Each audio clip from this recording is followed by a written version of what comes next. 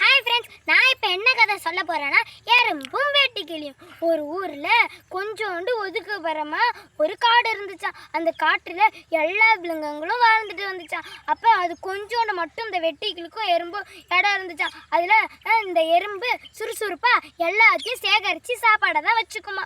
வெயில் காலம் முடிகிற வரையும் இப்படியே பண்ணிகிட்டு இருக்குமா. அப்போ வெட்டுக்கிளி ஜாலியாக பாட்டு போட்டுட்டு டான்ஸ் ஆடிட்டு இருந்துச்சான்.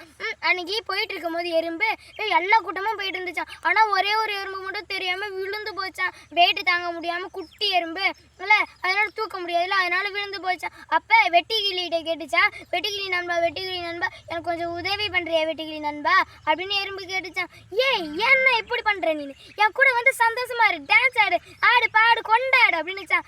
அப்படிதான் சொல்லக்கூடாது நண்பா, வெயில் காலம் முடிய எவ்வளோ நாள் வேணா இருக்கு, டக்குன்னு முடிஞ்சிடும், டைமே போகிறதே தெரியாது, இப்பயே சேர்த்து வச்சுக்க சாப்பாடு தான், இல்லாட்டி மழை காலத்தில் கஷ்டப்படுவேன் அப்படின்னு சொல்லிச்சேன். ஆனால் எவ்வளோ சொல்லியும் இந்த வெட்டுக்கிளி கேட்குற மாதிரியே இல்லையா.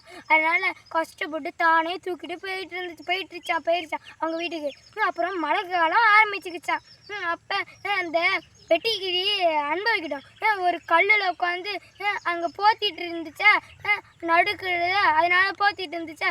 அப்போ எறும்புங்களை பார்த்துச்சு. ஜாலியாக ஒரு குட்டி வீடு பண்ணி ஜாலியாக வாழ்ந்துட்டு சேமிச்சு வச்ச சாப்பாடை தான் சாப்பிட்டுட்டு ஜாலியாக இருந்துச்சா. அதுட்டு போய் உதவி கேட்கலான்னு போச்சான். கதை தட்டுச்சான் டக்குன்னு.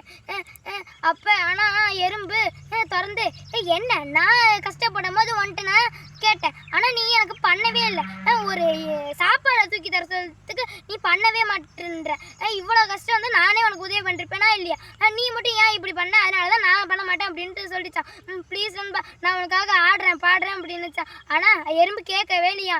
மூஞ்சல் அடிக்கிற மாரி கதவை சாத்திட்டு போயிருச்சான். அது உட்காந்து அழுதுச்சான். ஐயோ குளிருதேன்னு. இதுலேருந்து என்ன தெரியுதுன்னா, டைம் கிடைக்கும் போது சேமித்து வச்சுக்கணும். அப்போ தான் மழை காலம் தான் வரும்போது அது உதவியாக இருக்கும். நன்றி.